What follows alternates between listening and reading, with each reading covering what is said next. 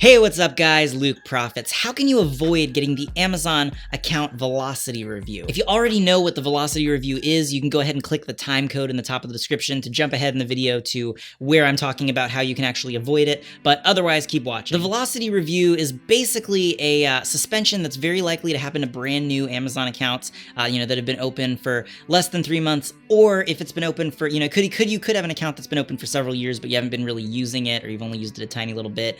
So those could still be in danger of, getting the velocity review. But basically the velocity review just means you're selling too fast. You're selling a lot of items. You're selling too many items. You're selling for too high of a dollar amount. You're doing a lot more sales than the average Amazon account. And because of that, Amazon's like, this is weird. Why are you just hopping on and bam, bam, bam, bam, bam, selling so much stuff so fast? So it freaks them out.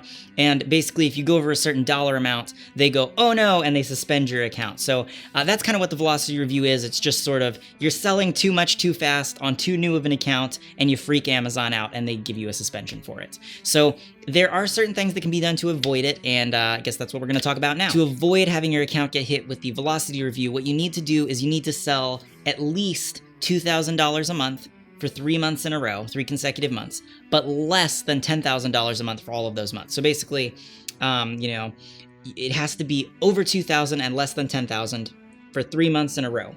And once you've hit 3 months in the row consecutively of more than 2,000 but less than 10,000, more than 2,000 but less than 10,000, more than 2,000 but less than 10,000, 3 times, not over a period of 90 days, then you should have passed the velocity review, the time when you're very likely to get the velocity review. If you want to be safe, you might even want to do it for 4 months just so that you can be absolutely sure. But yeah, you don't want to sell too fast. You can't go over $10,000 or you're going to trigger it. And if you're under $2,000, it's not enough to count as one of your first 30 days of selling, basically. So say you did, you did $2,000 the first month, great, and then you did $9,999 the second month, sure, and then the next month you did $1,500. Wouldn't be enough because that third month you messed up. You weren't over $2,000, so for the whole 90-day window, you got to start over again, basically. You got to have 3 consecutive months, 90 days, of hitting over $2,000 and under $10,000 a month for those 3 months in a row. So as long as you're between those, and ideally you would want to kind of slowly step it up. You'd want to maybe start and do like 3,000 or 4,000, something like that. Then you maybe do 5,000 or 6,000, and then 7,000 or 8,000, something like that.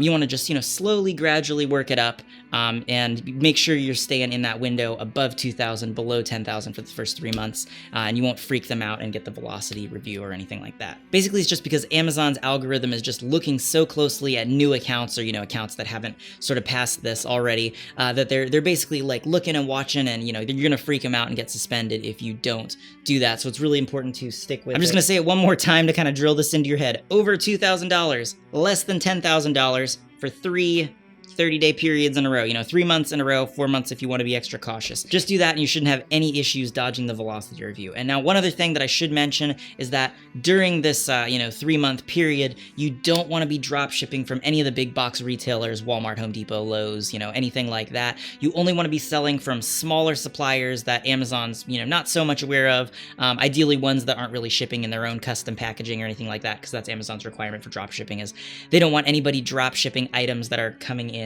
branded packaging that says like Walmart or anything, Target, anything like that on the sides. They want just plain packages that the customers are going to think is from Amazon. So you can get away with drop shipping branded packaging like from Walmart, Target, all that stuff, but you have to wait till after that period where Amazon's really looking at your account that's likely to trigger the velocity review. So sell from smaller suppliers, sell from like Webstaurant, Zorro, Boskov, stuff like that, and pretty much anything. I listed 3, but you don't have to go with one I listed. You can go with a random smaller supplier, and anything like that, that's good. Just don't listen for me to say one, because maybe Amazon will start blocking those ones too, or something like that. The more obscure, the better. You just don't want to use any of the main, really giant, big ones. Just use something, the smaller and more obscure of a supplier, the better. Use those during your first 3 months while you're drop shipping, getting past that period where you could trigger the velocity review. And then after that period, you can transition over and start including more items from other suppliers like, Walmart, Home Depot, any of the big box retailers. Walmart is a little bit of a riskier one. I don't really recommend doing Walmart just because it can cause problems.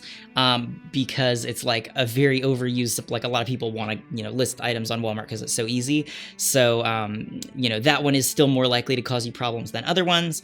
Be safer to just stick with like Home Depot and Lowe's and things like that compared to Walmart, just because Walmart's way overused.